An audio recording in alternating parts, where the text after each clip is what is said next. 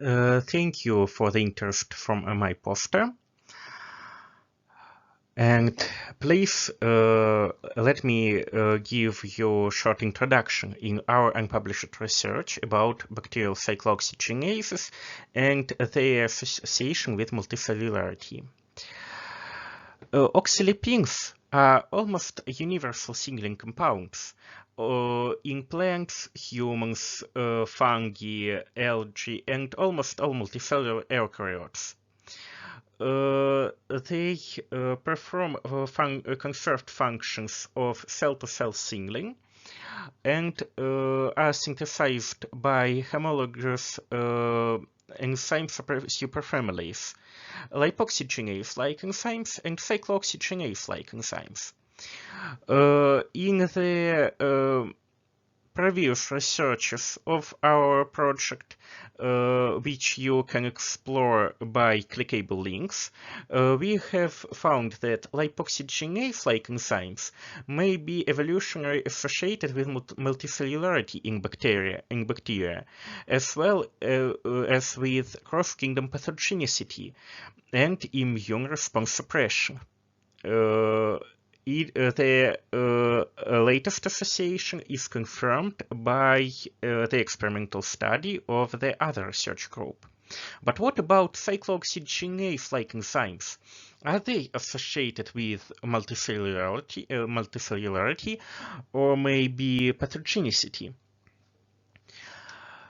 The task to research it was a little more complicated than in the case of lipoxygenases, because we know a lot of biochemically characterized bacterial lipoxygenases.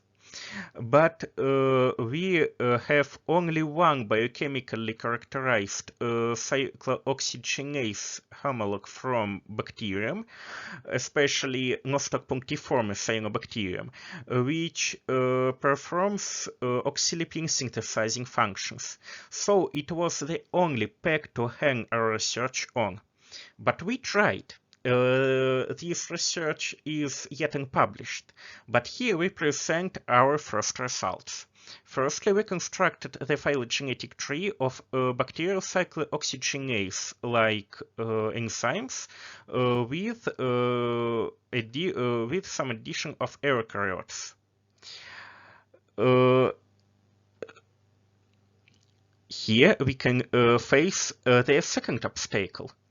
If when lipoxygenase homologs are lipoxygenases, cyclooxygenase homologs may be catalases, peroxidases, or they can perform other biochemical functions.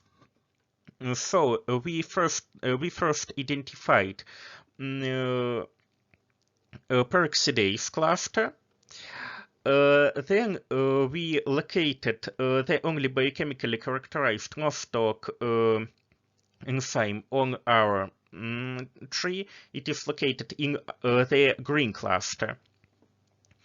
And hypothesized that this cluster, including animals and some bacterial enzymes, which we have called our cluster, consists of enzymes with oxylipin synthesizing activity. We constructed the phylogenetic tree of this cluster and found that our cyclooxygenases are the most close enzymes to nitrosomonadal cyclooxygenase homologs. And in the OperonDB database, we found an extra phylogenetic indirect confirmation. We can see that nitrosomonads have lipoxygenase-like enzyme and cyclooxygenase-like enzyme on one operon. It is very similar to their functions in humans and animals. So it is very plausible that animals obtained their cyclooxygenases from nitrosomonads. The further confirmation came from structural biology. We have found that plant alpha-deoxygenases and fungal oxylipine biosynthetic cyclooxygenase-like enzymes have developed their substrate binding ability independently from our cyclooxygenases. But we can see that in Nostoc enzyme,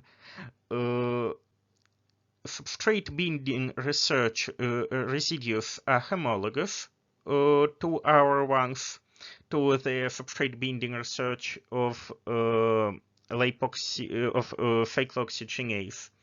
And it is confirmed by docking simulation and superimposition of PDB models. So we concluded that our cluster really consists of predominantly bacterial enzymes with proposed oxylipine biosynthetic functions. And now we could count their occurrence in different texts. And here we can see two peaks of occurrence in filamentous cyanobacteria and in Streptosporingiales actinobacteria. And we can conclude that statistically, cyclooxygenase-like enzymes are associated with multicellularity. You can find additional information in our slide deck on ResearchGate, and I will be very pleased to hear your questions. Don't hesitate to contact me. Thank you again for the interest for my poster.